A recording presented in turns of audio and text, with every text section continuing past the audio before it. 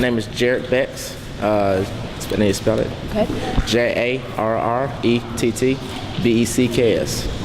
And Jarrett, what is your record? My record is 22-7. And your amateur record? Amateur record was 3-1. How long have you been involved in martial arts? I've been involved in martial arts since I was 5. I started off doing taekwondo, which every kid does, and then started doing Shotokan karate. Then I went to, and I got my black belt when I turned 17 because I couldn't get a black belt until I graduated from high school. That's when I started doing like boxing and other martial arts. I got involved in judo, which led into me doing jiu-jitsu, which led me to having my first MMA fight. My first MMA fight was me going to corner for somebody and had somebody to drop out, and then I just stepped in to take that person's place. Yep, and that happened in Hattiesburg. And you fight at 145. Do you have to drop any weight, or do you stay in shape for it? I stay in shape. I usually don't cut no more than like 5 to 10 pounds, but you know, that's pretty much it. I fought up to 155 as a 145er, so you know, it's really, you know, I was a little wild right back then. So. Did you play sports in school that you feel may play a factor into martial arts? I played no sports. I've only done martial arts. Both of my grandfathers were boxers in the military, so that also stemmed me to do boxing as I got older. You know, they pretty much told my dad to actually get me into something that we could do a father-son deal. So that's how I got hooked into martial arts. What branches of the military? They were both in the Army. Yeah. So. What separates you from other fighters in your weight class? My tenacity.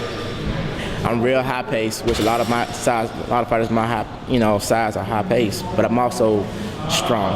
I'm real gritty. I don't blow energy.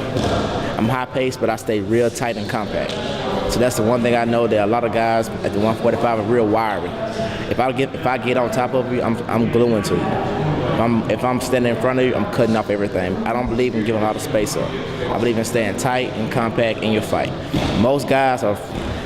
Most technicians can't fight, and then most fighters can't be technicians. So you have to really, you know, play the field who you're going against. So my mindset changes because I adapt to the person I'm going against. Okay? Yeah. I have a personal question for you. Before our interview, we were talking about female fighters. Who do you think is a better fighter, men or women? Whew.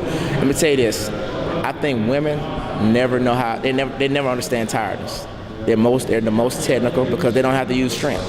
They don't believe me because, you know, if they go up against a guy, they actually have to be more technical than a guy has to be with them. If a guy uses strength to get out of a woman's technique, they pretty much lost the fight. So I tell all the guys in here, I like, if you go against a girl, no strength. The minute you use your strength, you lost because they're beating you with technique because you still can't muscle them into a submission. Women are way tougher. They have no idea of the word tiredness. I have a women kickboxing class.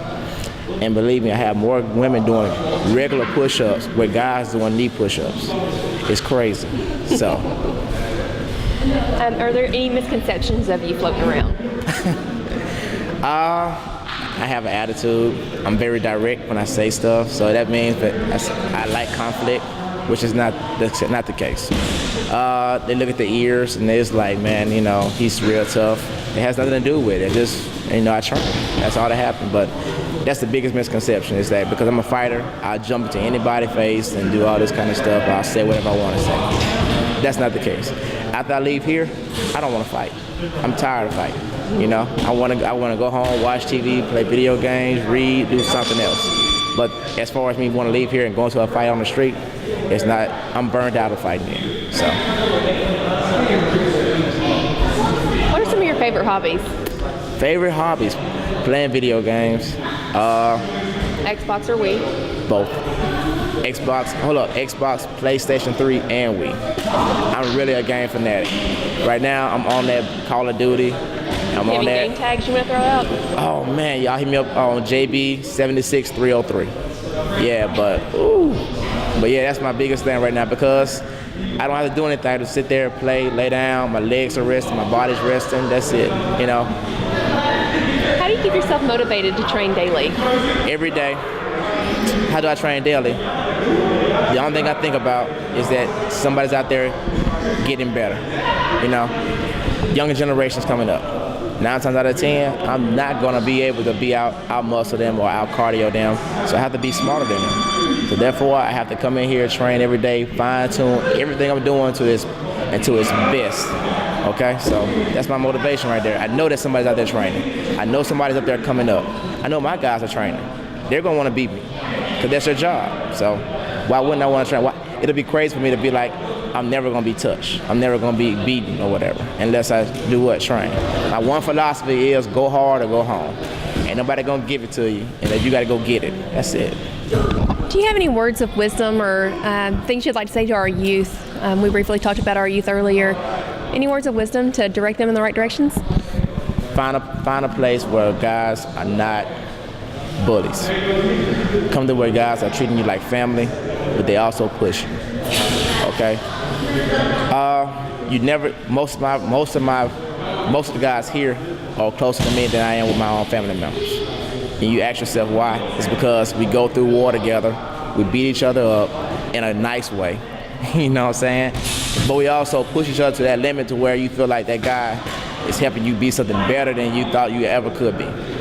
So my thing is find a place. If you feel comfortable in that place, stay to it, glue to it, make it grow. Perfect. And a minute to give you some thanks to anybody you have appreciation for that's giving you this chance to get to where you are. I want to give some shout outs to Brian McGuire. I want to give to Chris Wright. He runs Knockout. He's put me in the position where I am to be able to help people out to make this place grow.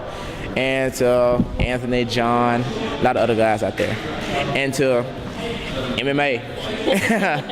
Well, we thank you so much for your time and we wish you the best in your fights in the future. Thank you.